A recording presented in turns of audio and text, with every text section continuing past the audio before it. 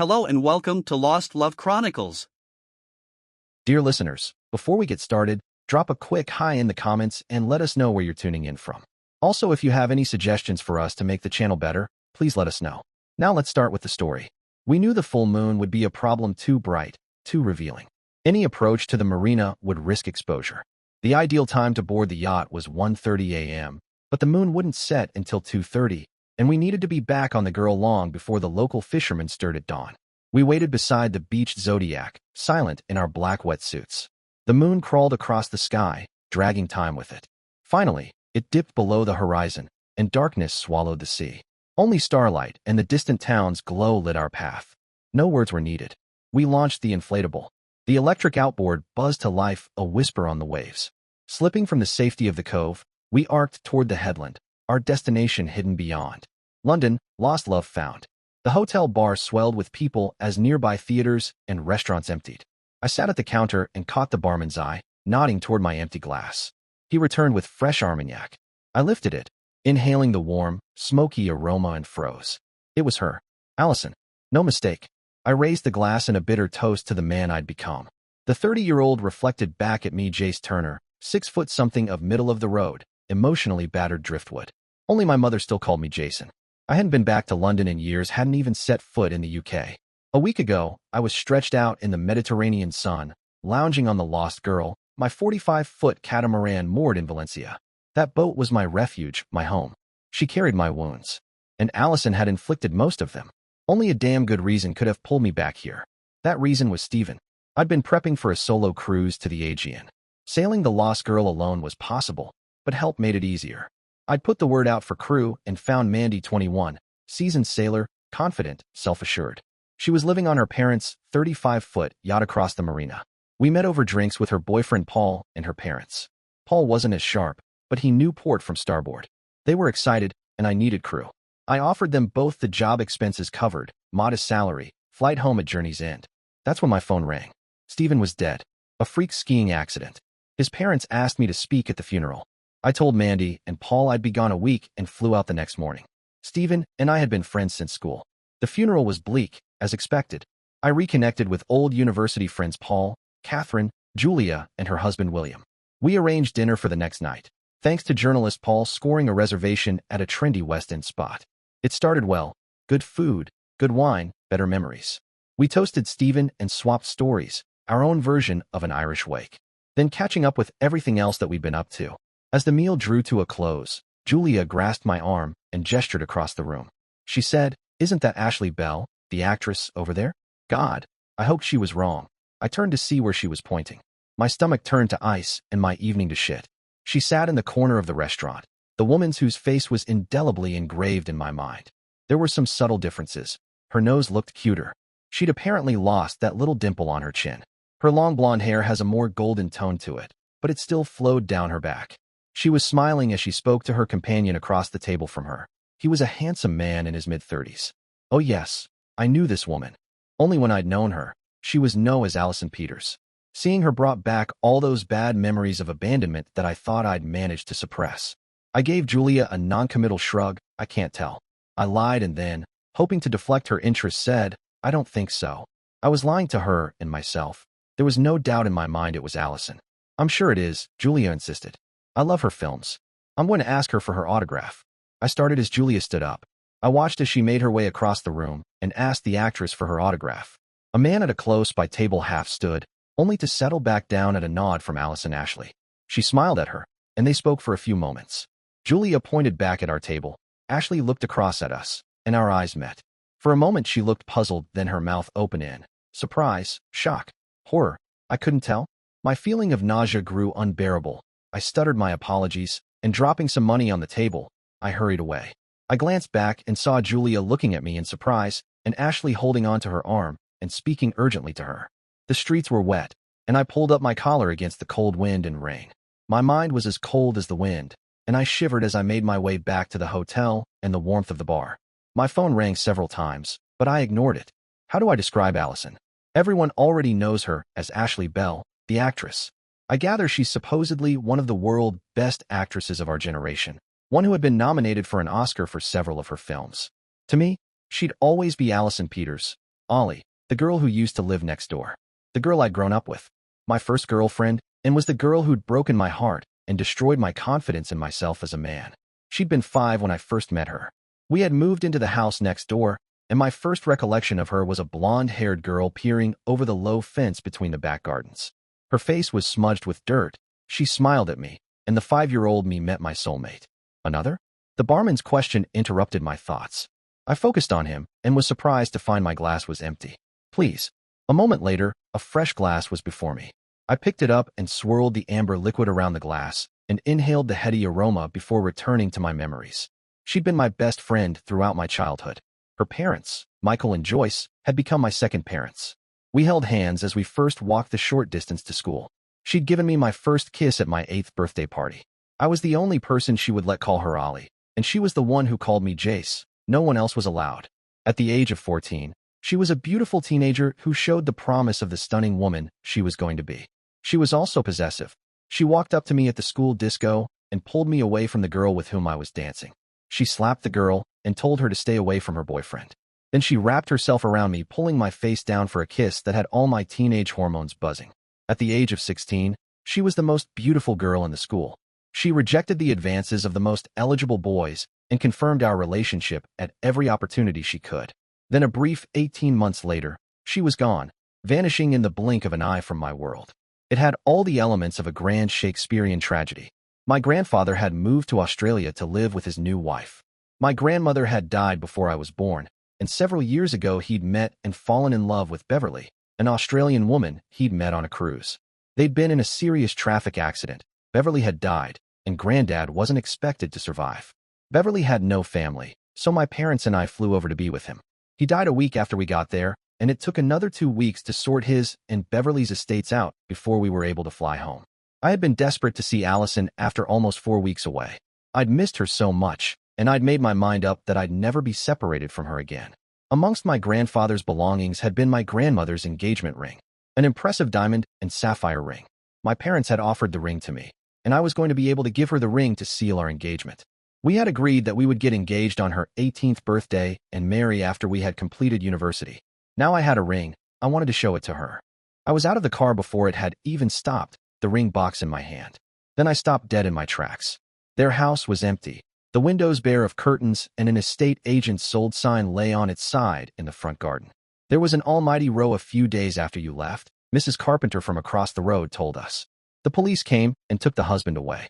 The wife and daughter packed up and left the next day. She had no idea where Allison and her mother had gone.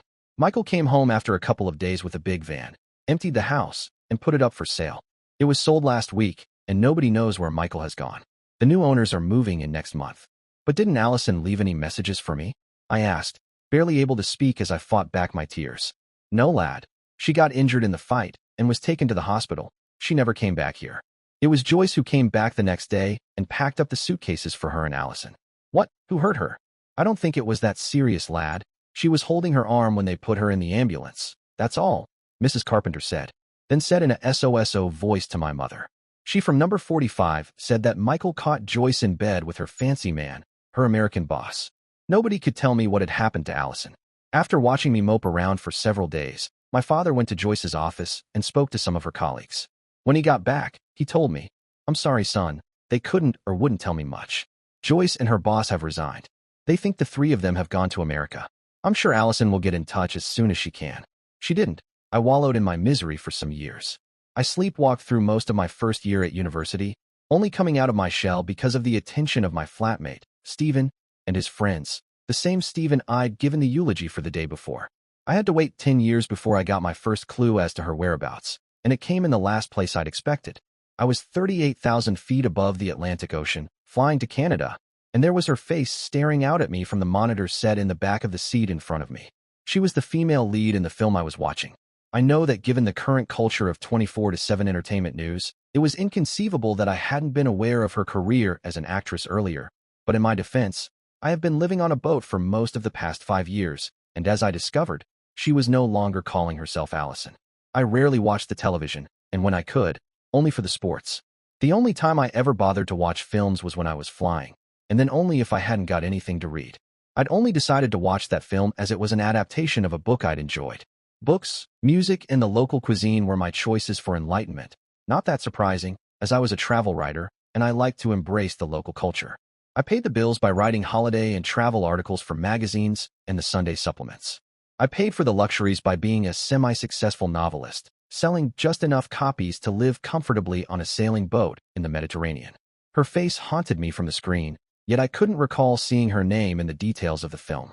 She was the woman I'd loved so deeply that after she disappeared it took me years of therapy to get over her and attempt to lead a normal life, or at least as normal as possible. It wasn't until I checked the credits at the end of the film for her name that I worked out that she was now going by the name of Ashley Bell, a name that sounded vaguely familiar. I remembered reading sometime in the past that Ashley Bell was an Academy Award-winning actress. The flight I was on was the start of an important business trip, and I was kept very busy for the first few days. In what little spare time I did have, I cyberstalked the woman Allison had become. It took me a few days to locate her. She was in Australia on the set of her next film. I tried to get in contact with her. I guess thousands of people send her messages each year. I found the name of her agent and email contact address for Allison. I emailed her. A simple message where I used her real name and professional one. I gave what I thought was enough details of her earlier life that should have indicated that I really knew her. I gave them my contact details and sat back and waited hopefully. Several days later, I got a message back to say that Miss Bell had read my mail with interest, but was sorry she didn't recall me and couldn't enter into personal correspondence with her fans. I tried her Twitter account and fan site at the same time and was equally ignored. What little hope that I'd get answers to my overriding question of why seemed dashed. It seemed she didn't recall the boy who lived next door to her for so many years. She'd obviously moved on and wanted nothing to do with her old life. I thought it would have hurt to be ignored again, yet somehow, it didn't. I suppose that time had insulated me from my younger emotional self. That's when I understood my feelings, just what seeing her again after all these years meant to me, and the revelation I had only been interested in finding out why she'd never tried to contact me all those years ago. Now, even that didn't matter anymore. Now, 2 years later, after having accepted that Allison would never be part of my world, I'd seen her in the flesh, and suddenly those feelings of loss I thought I was over were overpowering back. All I could think about was to get as far away as I could. Totally irrational behavior, I know, but finally seeing her once more had brought back all those feelings of heartache and loss I'd thought I was over. The thought that she probably wouldn't acknowledge me if I tried to speak to her was more than I could bear. The noises of the bar drew me back to the present, and I drained my glass. I must have been musing for some time as the crowded bar had thinned out somewhat. There were only a dozen stalwarts left. My phone buzzed, for the umpteenth time, and again I ignored it. A voice I'd never forget spoke softly from behind me. "Damn you, Jace. Are you going to keep on ignoring calls from your first girlfriend, your oldest friend?" I didn't move. I kept staring at the glass in my hand. My oldest friend, I said bitterly, would have found a way to get in touch 12 years ago. My girlfriend would have known she was breaking my heart. She may have even considered answering my emails 2 years ago, but apparently, now she's far too important to correspond with old friends, especially one she doesn't recall. "Are you sure you've got the right person?" I heard a sob and felt a presence settle on the stool beside me, but I didn't look at her. "I'm sorry, Jace," she said tearfully. "I didn't know I'd hurt you that much. Don't call me that. Only one friend was allowed to call me that, and you aren't her anymore." There was a silence that was finally broken by another sob. "Jace, I'll go if you want me to. But please, love, let me try to explain what happened." She looked nervously at me. "Can we go somewhere a bit more private and talk?" she pleaded. I looked around the bar.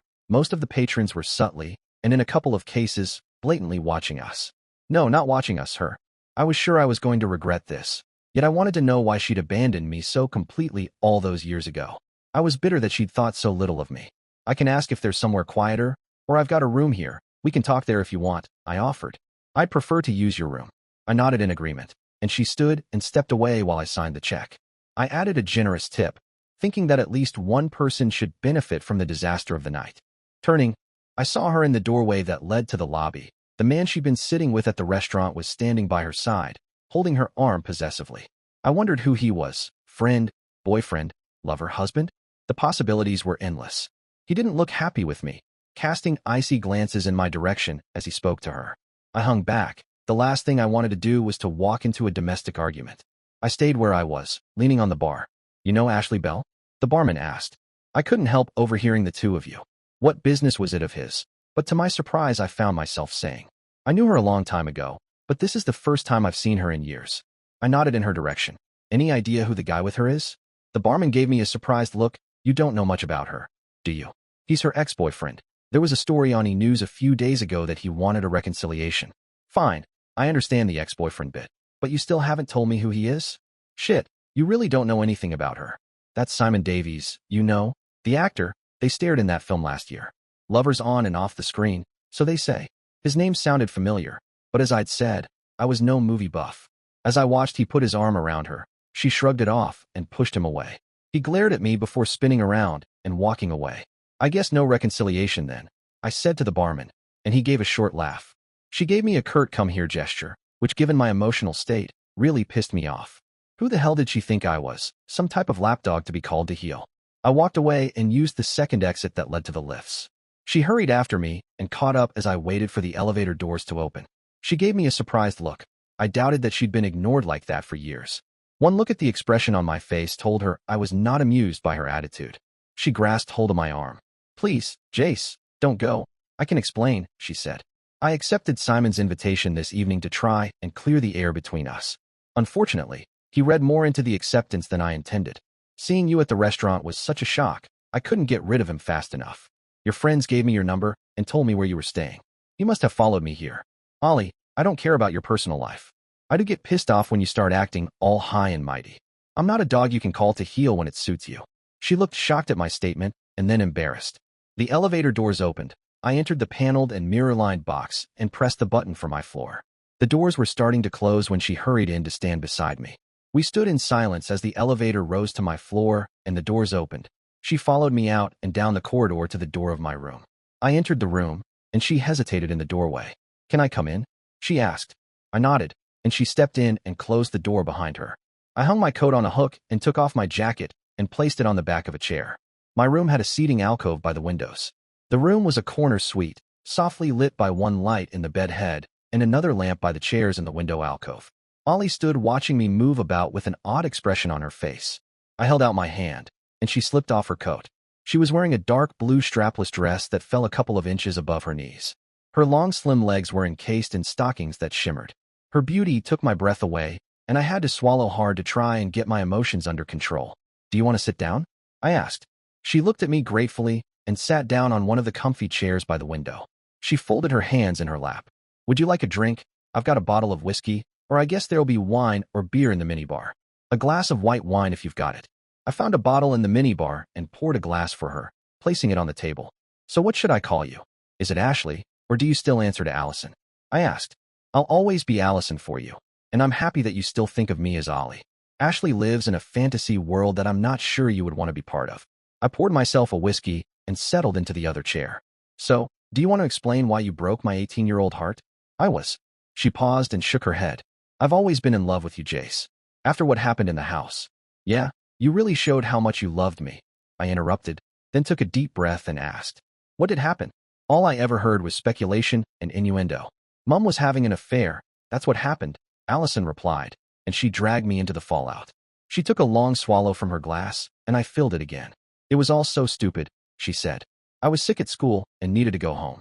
They called my parents but couldn't get through to Dad. When Mom arrived to collect me, she was with her boss, Chad. I didn't pay much attention to his presence. I was feeling so sick. After Mom checked me out, I went straight up to my bedroom. Chad stayed downstairs with her. Dad must have picked up his messages as he came home early and found them together on the sofa. There was a screaming match going on, and it woke me up. Unfortunately, I was still groggy, and I slipped on the last couple of stairs. I put out my hand to stop myself and broke my arm. Badly. She shook her head. I only cracked a bone in my wrist. So the rumors were true. Your mom was having an affair. Ollie nodded. It had apparently been going on for some time. I wasn't aware how bad it had become between my parents. He'd been hitting her when I wasn't around. That surprised me.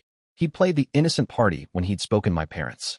They were convinced it had been all Joyce's fault. Dad had come home early because of the message from the school and caught them. She continued. I remember sitting on the bottom steps looking into the lounge. Mom was holding her unbuttoned blouse closed, and her bra was on the floor at her feet. Chad only had his trousers on. They all stopped shouting when they heard me hit the wall. Mrs. Carpenter said you were taken away in an ambulance.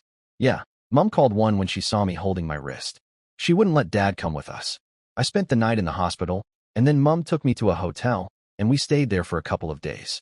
The next thing I know, we're at Heathrow, and we are flying to America with Chad.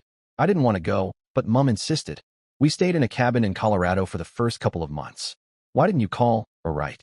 I wasn't allowed to contact you, just in case you told my father where we were. Mom said Dad was threatening to kill both of us for running away. Bullshit.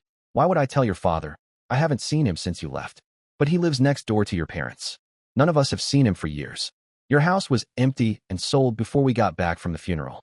We only saw him a couple of times. Christ, your mom knew that. In any case, all you had to say was don't tell my dad, and I wouldn't have. Shit. Ollie looked horrified at my statement. I swear she never told me that. After a couple of months, Chad got a transfer to Dallas, and we moved to a small town near Dallas after the cabin. They got married a few months after her divorce came through. She paused to sip her drink.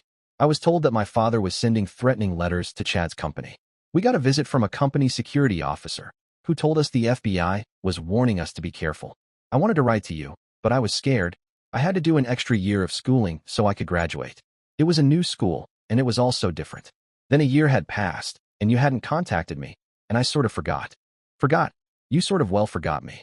How the hell was I supposed to get in contact? I had no clue where you were. Well, I'm glad it was that easy for you. I cried myself to sleep every night for 6 months. I had to see a counselor for the best part of a year because Mom and Dad thought I was suicidal. Her hand touched mine, and she made me put the glass down. She pulled me around to face her.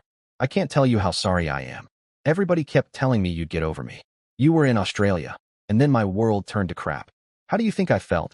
At least you knew where I was. She gave a sob and tears formed in the corners of her eyes. I got a box of tissues from beside the bed and gave them to her. She dabbed at her face. All I know was I came downstairs, and Daddy was shouting at Mom and trying to kill Chad. Mom was trying to stop him. He just lashed out at her, and then me when he tried to get in the ambulance. I was scared, and I just shouted at him to go away. That's the last time I saw him. I lived next door. You could have at least got your mom to stick a note through the bloody letterbox before you did your midnight flit. It all happened so quickly. One day we were a happy family. Then everything I thought I knew changed. We were on a plane 2 days later, and then we were staying in an isolated cabin in the mountains for a couple of months. I never got a moment's peace. By the time we were settled, England and everything seemed a dream. My reality became a small town in Texas. She stopped talking to take in the expressions seared across my face. Pain and despair were the obvious ones. All I felt was a great sense of loss. What did you mean earlier when you said I could have answered your email? Her voice was soft and questioning. I gave an ironic laugh and then said seriously, the first hint I had that you were still a member of the human race was a little over 2 years ago. I was flying to Canada, and there you were, an actress in the film I was watching. I sent you an email, care of your agent. Want to see your reply? I didn't bother to wait for her to respond. I found the reply on my phone and showed it to her. God knows why I hadn't deleted it. She read it, and then read the mail I'd sent her. She gave me an anguished look. I never saw this. I should have. There is a list of words and phrases that all the girls who deal with my correspondence are told to look out for. Your mail contains most of them. Why didn't you try again? Why would I bother? I can recognize a brush off. At least they replied, I got nothing from your fan site and Twitter account. Oh God, I'm so sorry. Then her voice turned bitter. And I'm damn well going to find out why they didn't forward your mail to me. Now the tears were streaming down her face. Hell, I hate it when women cry. Regardless of the facts, I always felt guilty. I held out my hand to her, and she took it gratefully. I don't see how that it's your fault if people don't do their jobs properly, I said, offering her a token straw. She grasped at it with both hands, replying, I get thousands of messages a month. I probably only see a couple of dozen of them, but they should have sent me yours. She came and knelt at my feet. Her long hair fell forward, and she casually flicked it back with her hand. My stomach clenched at the familiarity of the gesture. I hesitantly raised a hand and stroked her soft hair. She rested her head on my thigh. Why are you here? I wondered. I must have said my thoughts out aloud as Ollie answered me. You were the last person I expected to see at that restaurant. And even though I haven't seen you in years, I knew who you were the moment I saw your face, and I could tell you recognized me. I wasn't expecting the look of pain in your eyes. I tried to call out to you, but you left immediately. It took me a few moments to get rid of Simon and then convince your friends I knew you so they'd give me your number and tell me where you had gone. That's not what I meant, not how you found me. But why are you here? I gestured around the room.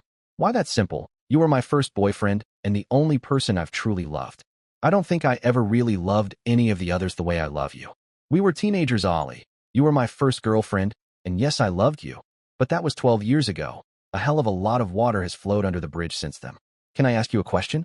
Did you still give up your virginity on your 18th birthday, as you said you would? The cherry I promised you? She gave me a regretful look and shook her head.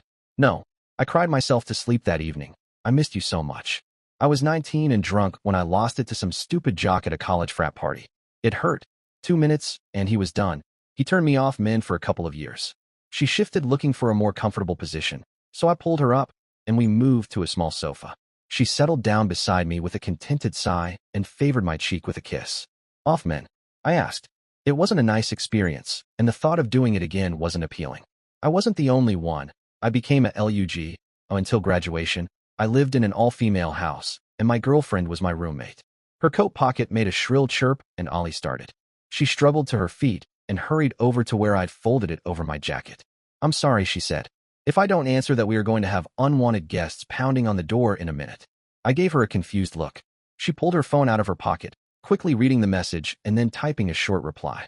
Almost immediately her phone rang, and she answered it. Obtuse. Dorian. She paused and continued. No. Everything is going as well as expected. Hopefully, I'll be staying here tonight. I'll call you if my plans change. She hung up and looked at me a bit guiltily. Sorry, I'm assuming a lot. I know, but I didn't think we were finished talking. Who? Or what is obtuse, Dorian? She laughed. Obtuse is this week's security code word. We use a word you wouldn't expect to come up in normal conversation. If I hadn't said it, Dorian would have kicked the door down. He's my bodyguard. I can't go out in public without some degree of security. He and Petra were at the restaurant with me and are waiting down in the lobby. I sat and looked at her. If I needed any confirmation that this wasn't the girl I used to know, then I just got it. This wasn't Allison anymore. This was Ashley Bell, megastar, and what the hell was she doing in my room? She must have sensed my discomfort and was back sitting beside me faster than I could think it. She grabbed my head in her hands and drew my lips to hers and kissed me. I'm still Allison. You're Allison, she murmured as she broke contact with my lips. Yes, and no, I thought.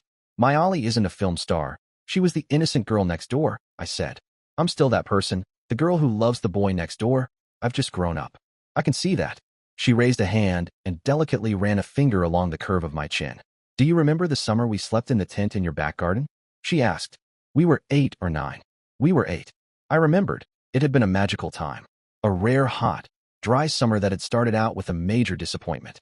Our two families had decided to holiday together, a package vacation to Cyprus. 2 weeks before we were due to fly, the travel company went bust, and it was months before we got our money back, so we couldn't afford a replacement holiday.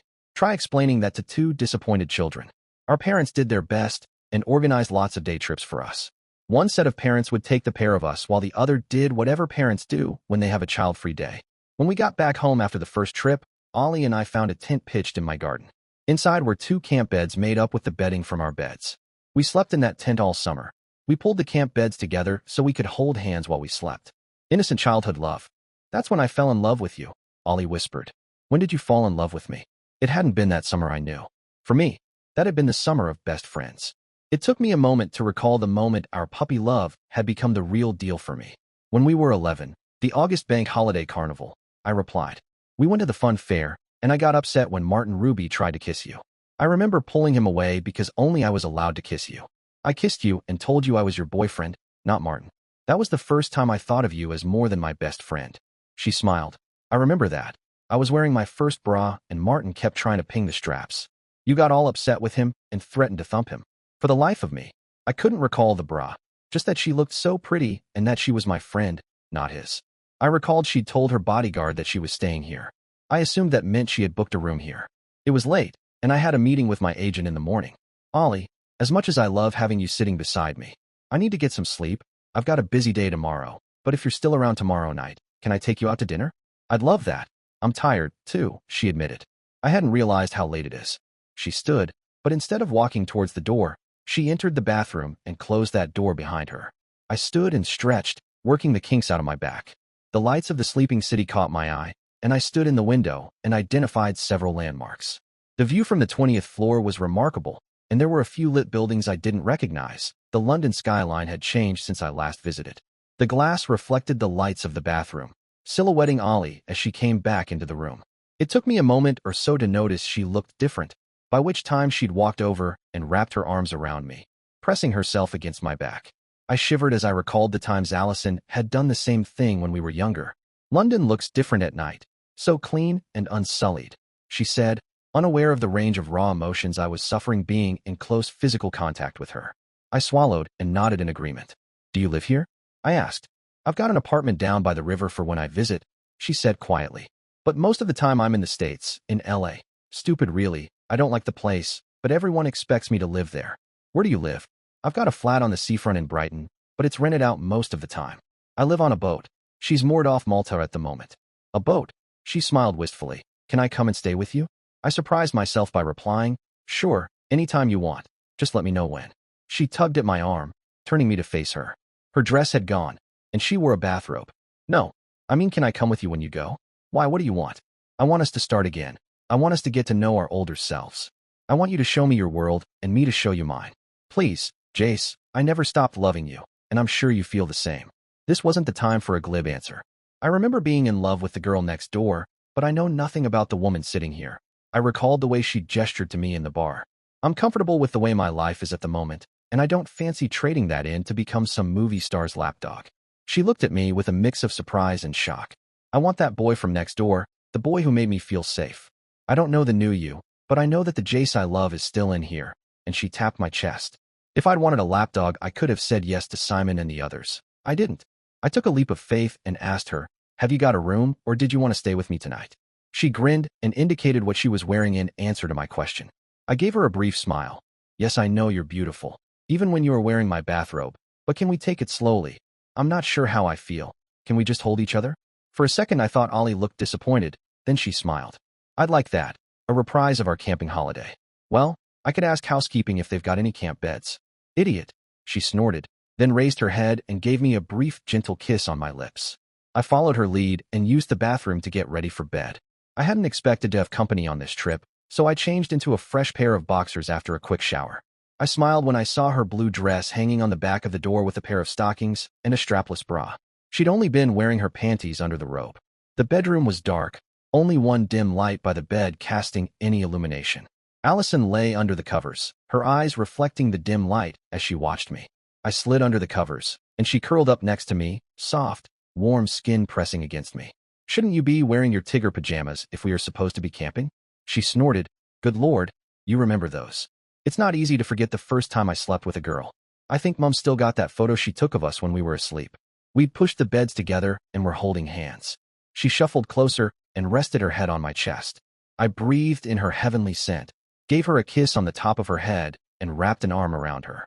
She moved one leg, so it rested on my thigh and draped her arm across my chest. Good night, Jace, she whispered. Night, Ollie. I felt the tension slowly ebb from her body, and soon her steady breath indicated she was asleep. I lay there listening to her, trying to get my head around the events of the evening.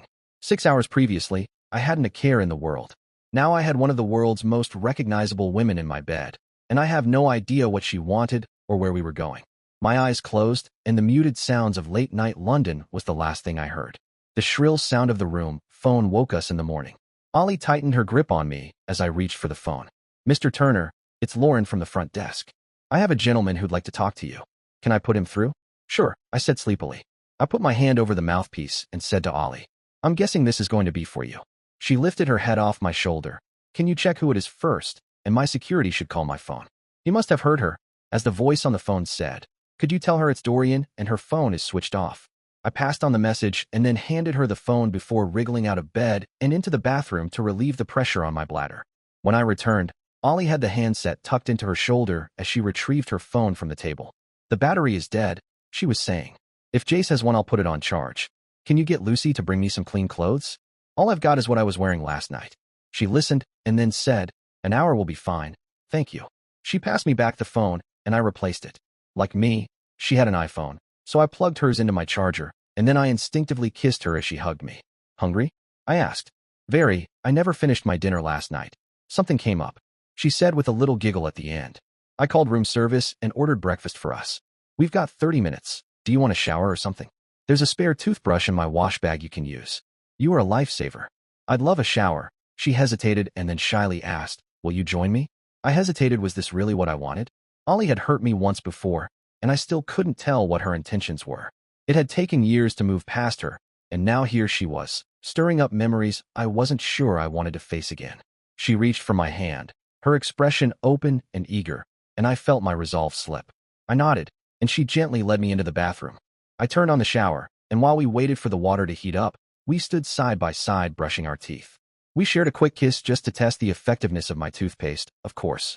It passed. Ollie stepped into the shower first, and I followed. The water was warm and comforting. She looked different from how I remembered her older, of course, but still undeniably Ollie. Her long, wavy blonde hair was piled up on her head, and she moved with the same quiet confidence I remembered from years ago. She handed me a sponge and leaned back against me as I helped her wash. The moment was quiet, reflective more about trust and familiarity than anything else. "I remember you doing this before Sally's 17th birthday party," she said softly. "That night felt like it was going to be a turning point. I almost told you how I felt." "You didn't?" I asked. She shook her head with a small smile. "No, I wasn't ready." We finished the shower, rinsing off the last traces of the past, each caught in our own thoughts. Then she glanced at the clock and gave a quiet laugh. "I'm starving," she said. "And if we start talking about all this now, I doubt we'll finish before room service shows up." I shook my head. This was going faster than I wished or was comfortable with. I pulled away and said, "We can't have that, and I don't want you to fade away." I got out, leaving her to finish. I dried off, trying to relax, and after a few moments, so did my cock. I slipped on a pair of boxers, then a comfy pair of jeans and a soft cotton shirt. Dressed, I sat on the end of the bed to watch her through the open door. She picked up her dirty pair of panties and, grimacing at them, tossed them back down. She gave me a grin and raided the drawers, stealing a pair of my boxers to wear, then slipped on the robe. She brushed her long hair and used the hairdryer to dry it. When the doorbell rang, she stepped into the bathroom and closed the door before I let the waiter in. He set up the breakfast on the table by the window and left after I signed the bill. "He's gone," I called out. Still wrapped in the white robe, Ollie came and sat down across from me. I poured the coffee, and we started eating. Ollie paused with a fork halfway to her mouth. "I am serious about wanting to stay on your boat. I want to learn all about you, and I need tell you what has been happening to me." "When did you intend to go?" When she'd mentioned it earlier, I had assumed she'd been thinking about some time in the future, and then only in an abstract kind of way. I'd hoped that I'd go back to the boat and have time to digest everything that was happening. "I'm going back the day after tomorrow," I admitted. "She's moored at the marina in Valencia Harbor." "Crap. I'm here for the premiere of my new film on Saturday. Would you stay an extra couple of days so I could fly with you? You could come with me to the premiere." I'd seen a few of those red carpet premieres on the television, and also, I'd been to a couple of minor literary award ceremonies. I'd always felt a bit sorry for the poor partners that got dragged along, standing in the shadows being ignored by their important, at least in their minds, other halves. That wasn't my idea of a fun evening. So I shook my head. "I don't think you want me there. I'm not in the mood to play the dutiful boyfriend. I don't want you to play the role. I want you to be it." She smiled and slid down to her knees in front of me. She gave me a coy glance. "As far as I am concerned, you are still my boyfriend. I don't recall ever breaking up with you, so officially we are still in a relationship. I'd like you to come as my boyfriend." I almost had to laugh at the intensity of her statement. She got up and sat on my lap, helping herself to my bacon. Stolen boyfriend bacon tastes so much better," she mumbled through a full mouth. She wriggled around so that she faced me and, taking my hand, slid it through the gap in the robe and placed it on her. She fixed her gaze on me and said after a moment's thought, 12 years ago I told you that you were the only person I would ever love, and apart from a few stupid blips along the way, I've kept my promise. I love you as much as I ever did, and now that I've found you again, I'm never letting you go." She snuggled against me, and then sat bolt upright. "Hell, you're not married or in a relationship, are you?" I never thought to ask. "No, I'm not," I said, and added with a hint of bitterness. "It took me a long time to get over you disappearing. I've had a few casual relationships over the years, but nothing serious." She gave me a guilty look and then settled back down with a contented sigh. I sat there, trying desperately to understand what was happening to me. Was Ollie serious about still being in love with me? Did I want to open myself to the possibility, and then find that this was just a passing fancy, and as soon as she got bored she'd move on again? We were still sat like that when there was a knock on the door and a female voice called out in an American accent. "Ash, it's Lucy. Can you let her in, please?" Ollie said as she stood up and moved out of view from the door. The open door revealed a large man in a suit and a small dark-haired woman in her late 20s. By her side was a medium suitcase which she pulled behind her as she entered the room. The man stayed where he was, but I got the impression I'd just been accessed by a professional, and I'd no idea how I'd scored. "I guess you're Dorian. Are you coming in?" He gave a quick shake of his head and didn't acknowledge his name. "No, I'll stay outside the door. I'll be just there if she needs me." He pointed at an alcove a few yards along the corridor, where a couple of chairs and a table were placed. There were a couple of empty coffee cups. I closed the door and found Ollie hugging the woman. The suitcase was open on the bed and appeared to be full of clothes and a large makeup bag.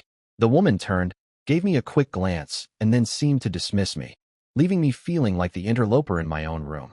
Ollie saw me stiffen, and taking Lucy's hand, she turned her to face me. "Lucy," she said, "I want you to meet Jace. I've known him most of my life. He was my best friend since I was 5 and my first boyfriend. We haven't seen each other in years, and we bumped into each other last night at the restaurant." "But weren't you there with Simon?" Lucy asked. "You know I was." Shithead wasn't impressed when I left him to chase after Jace. I noticed that she was intentionally calling me Jace, keeping Jace for herself. In the same way, I only use Ollie in private. "Chased after him?" Lucy's voice was tinged with surprise. "I had to," Ollie said. "I heard him years ago. Jace didn't want to speak to me. He left the restaurant the moment he saw me, and I couldn't let it in like that. I had to follow him." While they talked, Lucy was laying out a few clothing options, light, stylish pieces meant for the interview Ollie had coming up. She glanced over, clearly expecting Ollie to make a decision. Ollie turned to me with a soft, hopeful expression. "Will you choose for me, please?" Lucy looked surprised. There were 3 outfits, but my eyes were immediately drawn to a delicate blue set. The color reminded me of Ollie's eyes. "That one," I said, pointing it out. Ollie smiled warmly. "That's really pretty, and now it's one of my favorites." Lucy gave a soft sigh as Ollie removed her robe and started to change. "Ash," Lucy began, sounding concerned. Ollie gently hushed her. She picked up the clothing and got dressed with a quiet confidence. "Lucy, you're more than 12 years too late to be worried about modesty around Jace." "How old were we back then?" she asked, glancing at me. I had to think. 6. We were 6, playing in the paddling pool in your backyard. And many times after that, she added with a small laugh. "You'll have to get used to seeing me around Jace. If I'm very lucky, he'll forgive me and maybe let me back into his life." Lucy gave me a long, thoughtful look that made me feel like I was being evaluated and maybe not entirely in a good way. Ollie picked up the final piece of her outfit, putting it on with the same graceful ease I remembered. It was a small, familiar gesture, something I'd seen years ago, now tinged with nostalgia more than anything else. Lucy handed her the dressing gown again and had her sit at the desk while she opened a makeup kit. Ollie was already beautiful, but under Lucy's careful hand, she looked even more polished, ready for her interview. "Is this your usual morning routine?" I asked with a smile. Ollie laughed. "God, no. I've got a live TV interview at noon. Will you come with me? It would mean a lot to know you're there." "I'm sorry, Allison," I said, using her full name deliberately, mostly for Lucy's benefit, to show that I wasn't some stranger. "I can't today. I've got a lunch meeting with my agent. It's the first time I've been in London in a couple of years, and she wants me to meet with my publisher too." Ollie looked a little disappointed and a bit apologetic. "I never even asked what you do. All I knew was that you live on a boat." "You didn't ask," I said with a smile. "I'm a writer, mostly travel articles for magazines and Sunday supplements. A few novels too. Some have done well enough to keep me going." She gave me a curious look. "Have you written anything I might have read?" "I doubt it," I said, scanning the stack of magazines on the desk. Among the usual glossy travel titles, I spotted a copy of Yachting World. Flipping through it, I found an article I'd written on sailing the coast of Sardinia. I handed it to her. She sat reading as Lucy continued working on her hair, and for a few moments, everything felt calm, almost normal. "Is that your boat?" She showed me the photograph of me at the wheel of a catamaran under full sail on the second page of the article. I nodded. "She is. I've been living on her for the past 5 years. It's a pretty yacht." I corrected her. "Yachts are she, not it." She grinned at me, and then reminded me that I'd promised to take her out to dinner this evening. That made me pause. I was beginning to understand that my usual approach of walking down a promising street until I found an interesting place to eat wasn't going to be an option with Ollie. I had a few favorites, traditional restaurants that let me indulge in my Britishness on my rare visits back to my homeland, but I doubted that they were suitable for the woman who was Ashley Bell. I wavered, took the easy option, and immediately regretted it. "Where would you like to go?" "I wouldn't mind finishing a meal at last night's restaurant. The meal looked nice, but they'd only just bought the starters when I saw you." I gave her a dubious look. I wasn't sure I could get a reservation. Paul had told me the place was extremely popular, and we'd only got in last night because of the last-minute cancellation, and he knew the girl at the desk. To be honest, given it was where her ex had taken her, it was the last place I wanted to take her. "I'll try, but are you?" I started to say, but Ollie interrupted me and told Lucy to organize a table for 2 at 8. Lucy nodded and said she'd get it sorted. She gave me a condescending look and then smirked. I shrugged, biting back the sharp retort I'd considered, and said, "I'll see you there then." "No, I'll come back here. Lucy can arrange a car." I felt like I was being steamrollered, and the annoyance must have shown on my face because Ollie stopped what she was doing pulled me into the bathroom, and closed the door behind us. She drew me into a hug and kissed me. I'm sorry, Jace. I know I'm pushing you faster than you're comfortable with. It's just that now I've found you again, I want to do everything with you. I keep forgetting that this is all so different for you. If I want a table at any restaurant, one phone call, and it's mine. I never have to queue for exclusive clubs, and oh, you get the idea. Oh, I understand. You're a superstar. I'm just a guy with a boat, I said with a hint of bitterness. I rocked back on my heels as she pushed me back against the wall. Don't ever think that, she snapped. I'm the one who doesn't deserve you. I made the mistake of not standing up to Mom all those years ago. I should have written to you, or even phoned, and I have no idea why I never got your email. I can't believe I allowed myself to forget you. I was in a spin after seeing you. Everything I'd ever felt about you came rushing back. Why do you think I came running after you? The emotions I'd been bottling up all morning came surging up from the pit of my stomach. You hurt me. I couldn't understand why you didn't get in touch. For the next few months, I only ever left the house to go to school, as I was so scared I'd miss your phone call. I would make the postman check his bag every day in case he'd misplaced a letter from you. My voice dropped to a whisper. I don't know if I can love you that much again. She clung to me, tears running down her face. She whispered, you were my best friend. I was in love with you when I was 10. I broke your heart, and now I know I've never stopped loving you. Please give me another chance. Then you need to stop trying to organize me. I invited you to dinner, and now I feel like a bit player in one of your films. The last place I want to eat at is that pretentious place again. I swallowed, and then sat down on the edge of the tub. She gave me an anguished look. I'm sorry. I didn't mean to take over. She tried to sit down beside me, but I caught her arm and pulled her onto my lap. She struggled for a moment before relaxing and wrapping her arm around my neck. She said in a soft voice, I'd like to come back here after the interview if you want me to. I said yes, and she continued. When you get back you can decide what we are going to do. I don't care what it is as long as I get to do it with you. She gave a shiver and stood up. She smiled at me and trailed the back of her fingers along the curve of my neck. Now, I need to get Lucy to repair the damage to my makeup and choose a suitable dress for my interview. She'll be getting antsy. She hates it when I interfere with her planning. Wait, just who is she? Didn't I introduce you? No, I didn't. She sighed. You need to tell me if I don't explain things. I'm so used to people working around me I assume they know everything. Lucy is my girl Friday, my assistant, secretary, friend, and she's very protective of me. You are an unknown, a wild card, and she's never seen me behaving like this over a man. I think it scares her. She took my hand, and we re-entered the bedroom. Lucy had a worried expression, which she hastily masked. What time do we need to leave for the studio? Ollie asked Lucy as she sat down at the desk for the second time. Lucy glanced at her phone. We've got half an hour before the cars get here. Let me sort out your makeup. She gave me an accusatory look. Lucy began repairing the damage, and after a few minutes Ollie asked, Did you call the restaurant? Yes, it's all confirmed. A table for 2 at 8.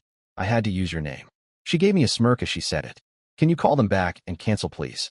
Lucy's mouth opened in surprise. Why? Because it's not where Jace wanted to take me. He reminded me that he asked me. So it's his choice. She glanced up to look at me in the mirror in front of her, and I'm looking forward to finding out where he's going to take me. That was a problem, as I didn't have a favorite restaurant in London that I thought I could take someone as well known as Ollie to. There was one place, but it was near Brighton, a good 50 miles away, and a favorite place of mine when I used to live there. It was owned by 2 friends of mine, in fact. Do you remember Leslie Coombs? I asked Ollie. She was at school with us. Ollie thought for a moment. Was she the red-headed girl with freckles? Quite a pretty girl? That's her. She's married now, and she and her partner run a gastropub on the South Downs. We are good friends, and I used to eat there a lot when I lived in the flat. They were at the funeral and asked if there were any chance I'd be down anytime soon to see my godchildren. It's a bit of a drive, but do you fancy going there this evening? Her face lit up. I'd love that. I'd like to see Leslie again. I'll give her a call and see if I can get reception to arrange a car and a driver for the evening. Jace, you know I said I wouldn't interfere, but would you mind if I got Dorian to sort out the car and driver? He gets a bit nervous if I go out without any security. A bit, snorted Lucy. If that makes you both feel more comfortable with the situation, then I'm fine with that. We'd need to leave about 6. Is that going to work with your schedule? It would, she agreed, and then was slipping on her dress and shoes. She gave me a kiss, and moments later she and Lucy were being escorted down the hallway by Dorian and a second female bodyguard. The room was so quiet after I closed the door. The suitcase still sat on the bed, half the clothes spread across the cover, a promise to me that she would be back. I found the number for Leslie and gave her a call. It only took a few minutes to exchange pleasantries and to confirm a table for 2 that evening, even though the restaurant was fully booked. We'll always have a table for you, Leslie told me. So who are you bringing? It's a surprise. It's someone you know, that the only clue I'm giving you. Scumsucker, see you tonight. Oh, and if the car parks full, park in our driveway. I said my goodbyes, and after placing my papers and laptop into a bag, I put on a tweed jacket and left for my appointment. The lunchtime meeting with my agent and publisher went on to the early afternoon. It was a productive meeting as far as I was concerned. One of the independent film studios had taken an option out on my most successful novel, and on the basis of that, I was being offered a new 2-book deal to expand on the characters from the same novel. Back at the hotel, I ordered coffee at the bar and opened up my laptop to check my mail and deal with any issues.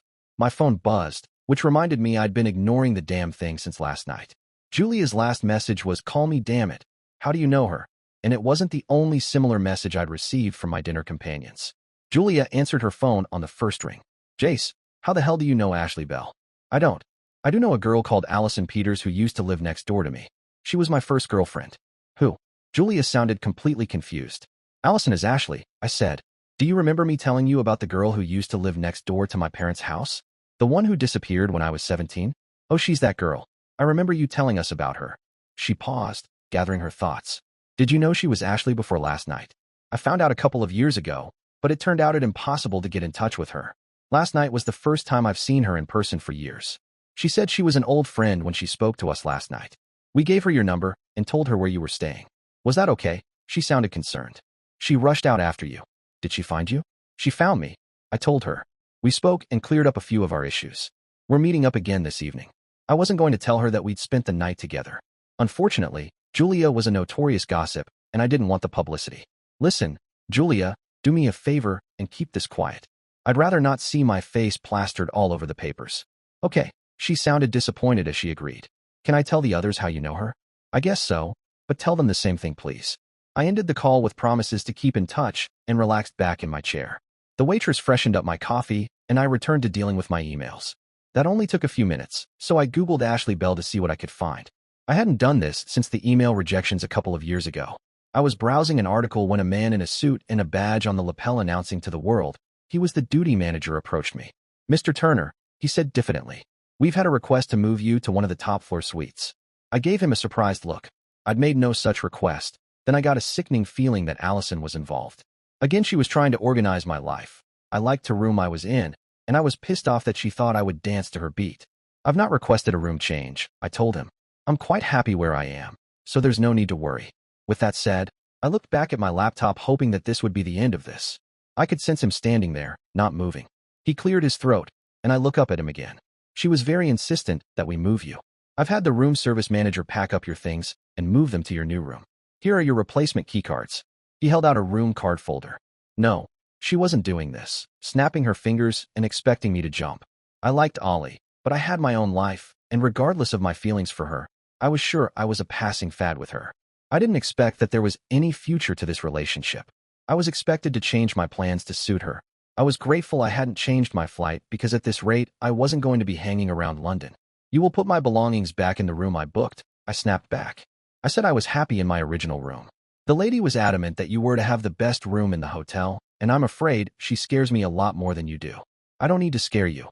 I just need to check out and find somewhere else to stay if you don't put my bags back in my old room." I closed my laptop and with a sigh of exasperation, stood up. "I'm going to sign for my drinks then go back to my room. If my things haven't been returned, then I'll be checking out." He looked concerned and then downright panicky as he glanced past me at the entrance to the bar. I turned to see Ollie and her little group of sycophants entering the bar. He scurried across and bent down to whisper in Lucy's ear. She gave him a surprised look and a calculating glance at me. Interesting, I thought. The woman he was scared of wasn't Allison, it was Lucy. I wondered if Allison even knew about the room change request. I paid the bill for my coffee that the waitress gave me before Allison walked over and gave me a hug. I was a bit stiff in returning it, and she felt it. "Is everything okay, Jace?" "Yes." I hung the word out and then shook my head. "No, not really. What did I say about not wanting to be ordered about?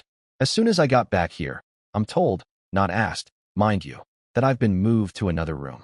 If you didn't like my room, you could have asked if I minded moving, not just do it and cancel my old room." I didn't. I just mentioned that it would be different not staying in a big suite. Not bad different, just different." She looked at Lucy, and Lucy stared back defiantly. "Will you come and stay with me at my apartment?" she asked hesitantly. I shook my head. Staying at her apartment would be the same as moving to the hotel suite. I had a second thought.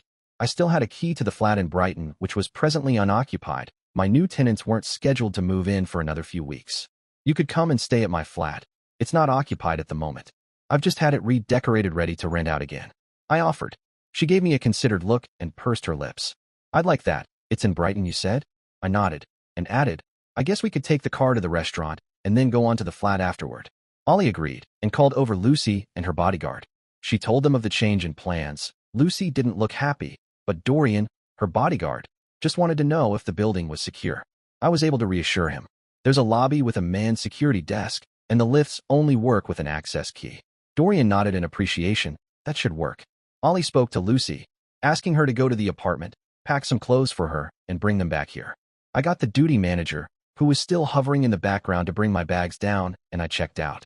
While we waited for Lucy to get back with Ollie's things, we sat in the bar. Dorian and a second security guard stood in the lobby, their attention split between us, the main entrance, and the waiting limousine booked for this evening. The traffic out of London was bad, only easing as we joined the M23 motorway. Dorian had asked me for the keys of the flat so that one of his team, who was traveling in a second car, could drop off our luggage. I'd given him a note for the security desk allowing access to the flat. Ollie had given Lucy a couple of days off, arranging that they would meet up in her apartment on Saturday to get ready for the film premiere that evening. Only Dorian accompanied Ollie and me, sitting next to the driver. Ollie was eager to hear what had happened to me over the years and was constantly asking questions.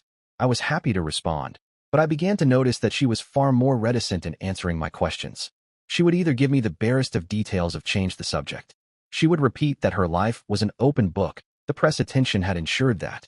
Yet when we pulled up outside the gastropub, the Downs, an hour later, I wasn't sure I knew any more about her than I'd gleaned off the internet, and that had been lacking facts and full of innuendo. The Downs sat in a hollow in the northern face of the South Downs. It was a large converted barn set 50 yards from a thatched cottage where Leslie and her partner lived with their 2 children. The car park was full, so I told the driver to ignore the private sign and use the driveway by the cottage. Samantha, Leslie's wife, must have been waiting for me. The door to the cottage opened, and she smiled as she saw me as I exited the vehicle. On her hip sat Jilly, their 5-year-old daughter. I'd been a bit sparse in my details to Ollie about my friends who owned the place. She'd known Leslie at school, but not that she was a lesbian. I only found out because a very drunken Leslie confessed to me at a party that it was such a pity that she was gay, as I was the only man she'd ever considered taking to bed. Later, when she'd sobered up a bit, she made me promise not to tell anyone. It was a promise I kept for years until she came out. I'd met Samantha when I'd worked for a travel company after leaving university, and we shared the same office. We became friends, drinks at lunchtime, the odd meal, and visits to the cinema type of friends, and I hasten to add that's all we ever were. Friends that were comfortable in each other's company. When I first moved to the flat in Brighton, I held a housewarming party to which I invited all my friends, including Sam and Leslie. They clicked, and the rest is history. No, I'm not the biological father of their children, but I am godfather to both of them. Good you're here, she said as she walked over and gave me a hug that ended with Jilly wrapping her arms around my neck and slipping from her mother's grasp and into mine. Missed you, Uncle Jace. Mummy said we are going to your boat. When are we going? Soon. Baby girl, I said. In the summer? I looked at Sam, and she gave me a nod. I can swim now, Jilly added. Then she looked over my shoulder. Who's the pretty lady? I glanced in the direction she was looking in. Jilly, this is Allison. She's an old friend of your mama Leslie. Ollie smiled at the young girl I held in my arms, coming over to say hello. Jilly gave Allison the type of deep, calculating, nonverbal examination that only a 5-year-old can achieve. It seemed that Allison passed as Jilly held out her arms to her with a cute, "Carry me." Ollie took hold of her, and Jilly settled with a happy chuckle against her. I heard them talking softly, but I was unable to make out the words. Sam took my arm and said, Jace, isn't she the actress, Ashley Bell? I nodded, and said quietly, she is. She went to school with Leslie and me, but we knew her as Allison then. Sam paused, looking intently into my eyes, then replied, just as quietly, her voice sounding worried. She's the Allison that you and Leslie told me about. The girl who disappeared in your last year? The unspoken question was, and the one who broke your heart? That's the one. I bumped into her in London yesterday. It's funny, Leslie always said she reminded her of a girl she knew at school when we saw her films, but as we thought she was American, I guess she never made the connection. We were interrupted by the sound of a scooter driving up to the cottage. A young girl got off, pulled her helmet off, and gave Sam a puzzled look. Our au pair, Sam said, then spoke a bit louder. Look, let me take Jilly. and it's past her bedtime. I'll get her settled down and then come over. Ollie reluctantly gave Jilly up, and I belatedly introduced her to Samantha. The news that our school friend was a lesbian and in a relationship hadn't fazed Ollie except for one point. Is Jilly your daughter or Leslie's? Ollie asked, sounding a bit unsure of herself. Only she called you both Mama. Sam smiled. We don't really differentiate between us, but Jilly is Leslie's, and Luke is mine. They both have the same father. Allison gave me a quizzical look, and I shook my head. No, it's not me. Jace knows the story, Sam said. We can explain everything later, but I need to get this one to bed. She's half asleep as it is. Sam took Jilly indoors, and I led Ollie across to the downs. Dorian accompanied us, then indicated he would wait in the bar for us. The woman at the hostess desk at the entrance to the restaurant smiled when she saw me and greeted me by name. It had been a couple of years since my last visit, and I was pleased that she remembered me. When she saw my companion, her eyes went wide. She showed us to our table. It was a round table set in an alcove, set back from the kitchen pass, allowing an excellent view of the kitchen activity. It was the chef's table and usually kept for friends of the chef. It could seat 6, but as only 2 places were laid, it seemed tonight it was just for us. Leslie bustled over as soon as she saw us. She was a beautiful red-haired woman dressed in chef's whites and an apron. Both Leslie and Samantha were involved in the business. Leslie in the kitchen and Sam front of the house. Holy shit, Allison, is that you? She held out her arms, and they hugged then separated. Hi, Leslie. My God, motherhood really suits you. Thanks, I think. You are her, aren't you? Allison laughed. I'm still that girl from school. But you're Ashley Bell? Allison nodded, and then her face grew white as Leslie continued conversationally. And we all know Ashley is a major film star. So my question is to the Allison I remember, not Ashley. Are you back here to correct the damage you did? Only I saw what Jace was like after you disappeared. He's my friend, my children's godfather, and I'm not going to let you hurt him again. Are you going to stay around longer this time, or are you going to run away again? I didn't know what to say. I'd always known Leslie liked me, but even I was surprised at the anger in her words. She gave me a smile and then settled back in a seat, waiting for Ollie to reply. It took her a moment to gather her wits. The only reason I'll leave him is if Jace wants me to, was her reply. I'm not sure he believes me, but I've already told him that I'm still in love with him. Ollie paused to gather her thoughts, and then said, I didn't run away. I was taken away, Leslie. I didn't have a choice, or at least I didn't think I had one at the time. My big mistake was believing the story my mother and her boyfriend told me, and letting them convince me I shouldn't contact Jace. Leslie didn't look convinced, and I was intrigued as well. Ollie squeezed my hand and said, I don't think I would have been as gullible if Jace had been there, but he wasn't, and everything got away from me. By the time I got a chance to properly think, we were already in the States and staying in an isolated cabin. She shrugged. There was no phone, cell phone coverage, or the internet, just a lake and trees. Oh, and a mama bear and her cubs. I had no way of contacting anybody. Mom said she would arrange for a message to be sent to Jace, giving him a contact address for us, but it appears she lied to me. I waited for him to write or call, but he never did. She saw I was about to speak and put her finger to my lips. I know now that you couldn't, but at the time I guessed that you were so angry with me that you'd not wanted to get in touch. I gave her a glance. This wasn't exactly what she'd told me earlier, but it seemed to reassure Leslie. She sat down, and a few moments later, Sam joined us. Ollie and Leslie had been friends at school, not BFFs, but friends nevertheless. They began catching up, both wanting to know what had happened since they'd last seen each other. You know, Ollie admitted to me. Leslie was the one girl I was jealous of at school. She and you seemed so close. But, yes, she not interested in men, but I didn't know that, did I? Oh, I wouldn't say that, Sam said. I happen to know that he is the only man she's ever considered in that way. We were both put out when he refused our request for some of his sperm. She even offered to let him donate it naturally. It's true, Leslie said with a little giggle. I offered to lie back and think of England, while you had your wicked way with me. I blushed, and Ollie snorted in amusement. I told you at the time I was moving abroad, and there was no way I'd let you have a child of mine and not be around to help raise it. Not that I wasn't tempted, I admitted. Sam added, he rejected me as well, but we got our own back. We made him the children's godfather. Who is the father? Ollie wanted to know. Don't know, and don't want to know, Leslie said. It was arranged through a clinic. We gave them a set of criteria, and we both used the same anonymous donor. Sam snorted, then said, what she's not telling you is that the criteria was, find the closest match to him, and she pointed at me. The meal was excellent, and it was fairly late before we said our goodbyes. I nipped into the cottage and kissed my sleeping godchildren goodnight, and then we made the 20-minute drive to my apartment. One of Dorian's security team was sitting behind the reception desk with the building's doorman. Dorian escorted us to the door of my apartment and then left us with a request that we contact him if we intended to go anywhere that wasn't secure. I closed the door behind us and followed Ollie across the lounge as she moved to look out the tall windows. The view of the esplanade and the shingle beach stretching out to the sea was one of the reasons I'd bought the apartment. We were stepping into uncharted territory between us.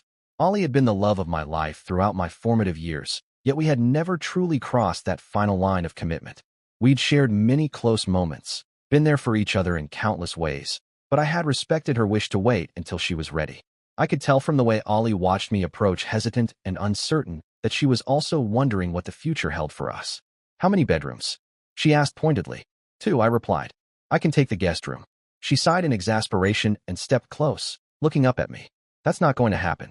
I'm here so we can reconnect and get back to where we're." "Reconnect?" I noted, "not hopefully reconnect." I got the impression that it was a done deal as far as she was concerned. My sense of anger rose. She was so damned used to getting her own way. She was happy to run roughshod over my feelings.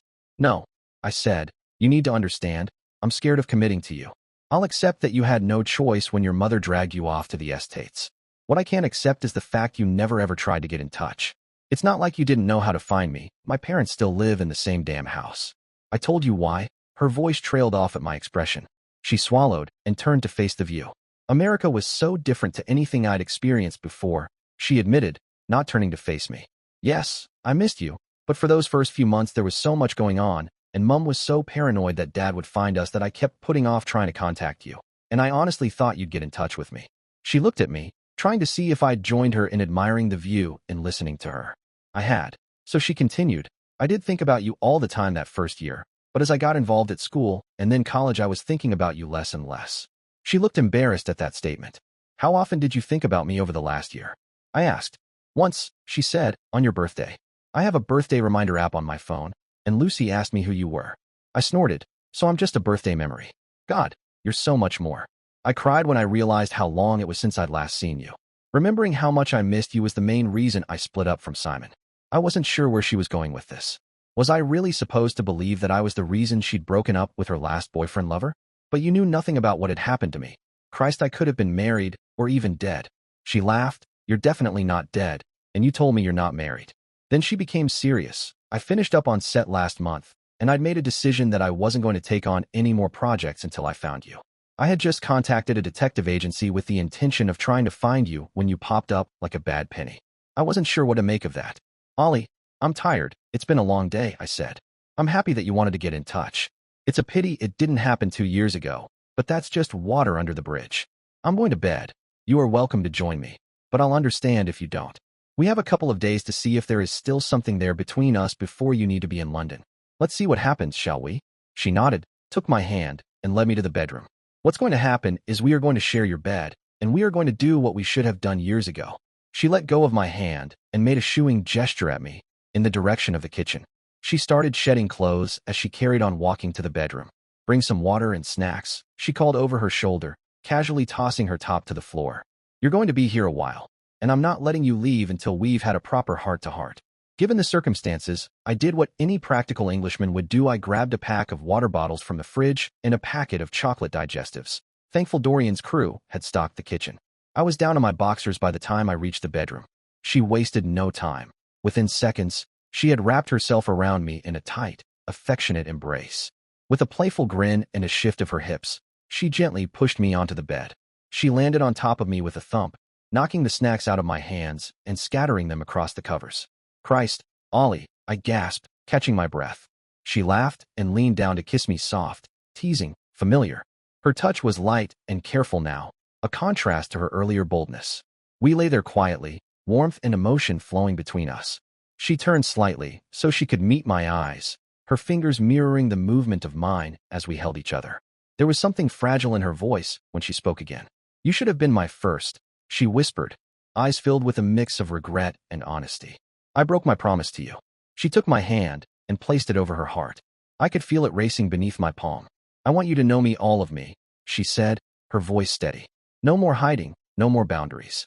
I'm ready to be real with you." It wasn't what I expected, but in that moment, the emotional weight between us was heavier than anything physical. Then, to my surprise, she slipped out of bed and retrieved a small item from her bag. "I almost forgot," she said. She held her hand out to me, and the small old green velvet jewelry box sat in her palm. I hissed my breath in. She still had it. I'd saved my money, and on her 16th birthday, had given her the gold heart and chain in that box. She opened the box, and the little gold heart sat in the silken interior. The chain looked different as I picked up the pendant. I wore it until the chain broke, and it couldn't be repaired again, Ollie said. I found a close replacement, but it didn't seem right to carry on wearing it. The original is under the lining.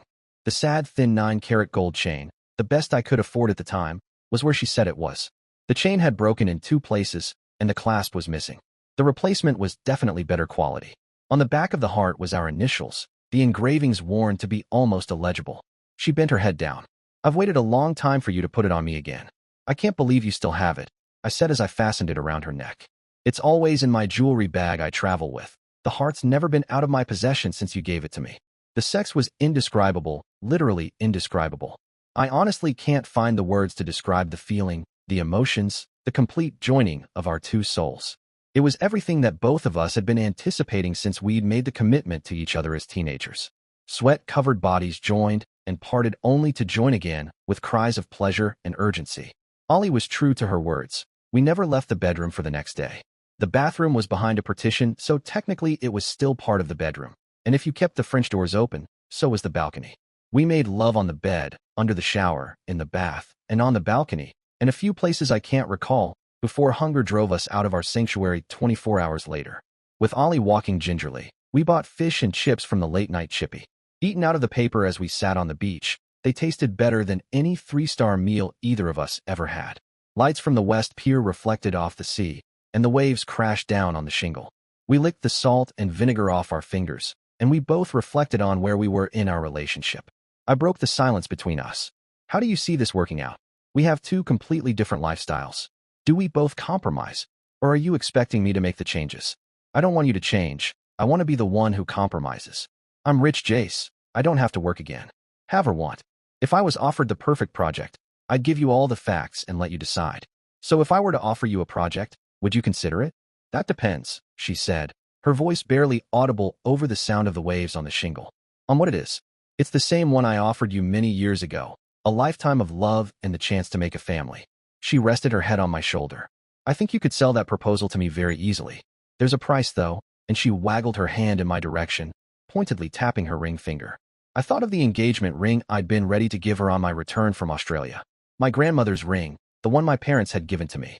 It was an impressive 3-carat emerald-cut flawless diamond, flanked by 2 large sapphires, and was a family heirloom, first given to my great-great-grandmother over 100 years ago. For a long time, I'd worn it on a chain around my neck. I wanted it with me in the expectation of Ali's return so I could give it to her. Now it was in a safety deposit box at my local bank.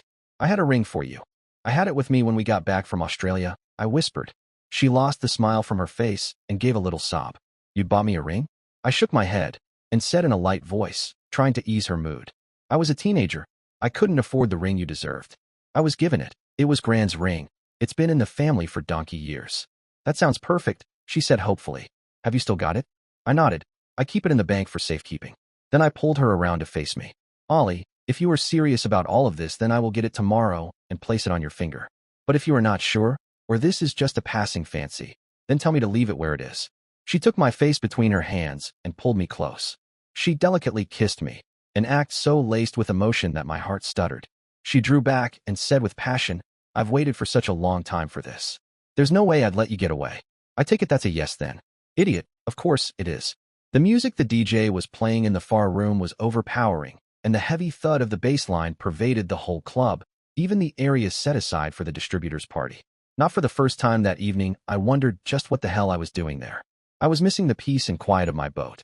I'd hoped and naively anticipated that the act of belatedly placing the ring on her finger would go a long way to calm the worries I still had. She was mine, the ring shouted. But for how long? The pit of my stomach replied. I was still suffering these swings in confidence as we returned to London to attend the premiere of her latest film, a romantic comedy. The premiere passed as smoothly as any of those events ever did. The audience had been full of the high and not so mighty of the London elite, with a scattering of minor royals. I was deftly shuffled to one side for the meet and greet in the foyer. I was mildly surprised that I was even allowed to sit next to Ollie during the screening, It had taken a lot of last-minute scrabbling from Lucy to obtain an invite for me. It wasn't until the press interviews following the showing that the journalists noticed the ring on Ollie's finger. She hadn't been wearing it when we'd arrived, and she'd only slipped it onto her finger as the film finished. I don't want to get into a press frenzy over us before the event. It will distract them from the film, she had told me in the car when I noticed her slip it off. I don't want us to be a distraction. I'll be wearing it afterward, I promise. I've reconnected with my oldest friend, my first boyfriend, was what she repeated to the numerous questions as she clutched my hand. I couldn't understand half the questions that were shouted in our direction. Yet there was one running theme to them that disturbed me. She was continually asked, when had she broken up with Simon, and had she returned his ring? You were engaged? I thought you had broken up long before that meal at the restaurant, I said in her ear. She kept on smiling and whispered, we were never formally engaged. I thought he'd understood we were over, months ago. And the ring? I never accepted it. Then we were in the car, and she and Lucy were on their phones for the 10 minutes it took us to drive to the nightclub where the after-screening party was being held, so I was unable to ask the myriad of questions that were rattling around in my head. We entered, and I pulled her to one side, finding a quiet alcove where we could talk. I had to prevent Lucy from joining us forcibly. Dorian lurked at the entrance to deter unwanted visitors. Tell me about Simon, I demanded. Were you engaged, and when did you split up? I thought it was all over between you, but I'm beginning to wonder. Then I had a bad thought. Are you still in a relationship with him? No, she said forcefully, holding my gaze. I'm only in one relationship, and that's with you. She stared at me trying to see if I believed her, and when my expression didn't change, she said, I was attracted to Simon when we worked together last year. He was fun to be with, but that was all. I might have let him think I was more interested than I was. What does that mean? He wanted to get married, and I kept putting him off, but apparently not forcefully enough, as I never actually said no. He was nice, but he wasn't you. Somewhere along the way, the press got the impression we were engaged. She shook her head. We weren't. Or at least I didn't think so. So why were you at that restaurant with him? That wasn't a date.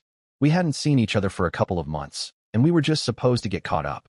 He'd mentioned a new project I might be interested in as a teaser, but that wasn't his goal. All he was interested was us getting back together. He was going on about us getting married and wanted us to announce our engagement to the press. When your friend came over asking for an autograph, I was so pleased to have the distraction.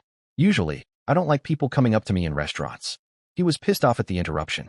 Oh, yes, well, that's as far as he'd got when I saw you. Recognizing you sitting at your table was the final nail in his coffin. Oh, I like him. He's been a good friend over the years, but there just was no spark between us anymore. I just said no more and chased after you, and you know the rest. Ash, called Lucy from the entrance. Ash, you need to get in there. Everyone is waiting for you. I'm running out of excuses for you. Damn, Ollie muttered. Jace, I need to go and mingle. It's what the film company expects of their stars. I want you by my side. I took her hand, and we entered the madhouse. It wasn't a party. It was a glorified press conference and bitch session. I was just a prop for the chief attraction. A prop who was at best ignored, and at worst misunderstood. I must have been asked the same question, or a variation of it, countless times. Don't you feel guilty breaking up Simon and Ashley? They were such a wonderful couple. At least the press were willing to listen to our explanations. How we were old friends, and of our teenage relationship. Ollie tried responding to the questions about Simon by explaining that he had believed that there'd been far more to their relationship than she had. But you were supposedly engaged, they would respond. No, we weren't, just close friends, was Ollie's answer. Then she would indicate the ring on her finger. I'm engaged to Jace, and we will be getting married as soon as we can arrange it. After a while, the press left us for more willing victims. That left me vulnerable to the attention, or lack of, from Ollie's friends, colleagues, and Simon. Ollie's friends quickly drew her into their circles, leaving me standing at the perimeter. I had expected her to keep me at her side, but other than a few initial backward glances, she seemed to ignore me. Lucy came and stood by my side. They don't know you, she said, and they are nervous about what your relationship with Ash is going to mean to them. A lot of them get work on film projects, based on her recommendations. She's already told her agent that she's not going to take any new roles for the foreseeable future, and they are worried. That's fine, I responded, but I hope they are aware that it's not my decision she wants to cut back on her work. All I've told Ollie is that I have my own life, and that if she wants to join me, she's welcome. Is her decision going to affect you? Slightly, but I'm employed by her directly, and she's already told me she'll be keeping me on. I guess my role will change a bit, but I'm fine with that. To be honest, if it means a less hectic lifestyle, I'm all for it. But don't the stories about what she's been up to over the last few years worry you? Her other boyfriends, the party lifestyle? No more than it should worry her about what I've been doing. Allison didn't have a choice when her mother took her away. She's been living her own life for the last 12 years. Am I bitter that she didn't make an attempt to contact me when she was able? I guess so, but I don't know what the circumstances were. So how am I supposed to judge her? I gave Lucy a speculative look, trying to gauge her agenda. It's weird listening to you call her Ollie. I've only ever known her as Ashley. So the fact that she's over there talking to an ex-lover who'd be very happy to lose the ex from the status doesn't worry you? To be honest, it did. Ollie was in the middle of a small group of people. The man standing beside her had his hand placed possessively on her shoulder. I knew he was an American tennis player, and that only because he'd done a McEnroe when he'd crashed out of the first round at Wimbledon the previous year and had been all over the papers. I think his name was Brad or Ben, something that started with AB. She went out with him? Not really. A few dinner dates and a couple of parties, I think. The relationship was in his mind, and the scandal mags, of course. He's not her only ex here. I can see at least 2 others. Then she gestured in the direction of the bar. And of course there's Simon. He's here? I said as I looked, then answered my own question. Yes, I see he is. Was she serious with any of them? Lucy took her time answering. I've been with her for 6 years, and she's had a few casual relationships in that time. I suppose the 6 months with Simon was the most serious I remember her being. But even with him, she seemed a bit distant, and when your birthday reminder popped up on her phone, that was the end of him. I looked back at the group around Ollie and said, so I think it's time I see where I stand with her. Lucy took hold of my arm as I started to move. Be careful. She doesn't like being interrupted when she's talking, she warned me. For as long as I've known her, she doesn't like it when people come up to her at parties.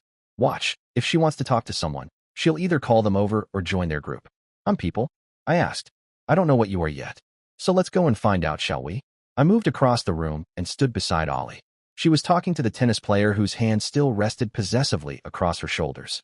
She hesitated and stopped speaking when she felt my presence move inside her comfort zone. Dear listeners, next part will be released soon. Please share your thoughts in the comments section below and don't forget to like, share, and subscribe.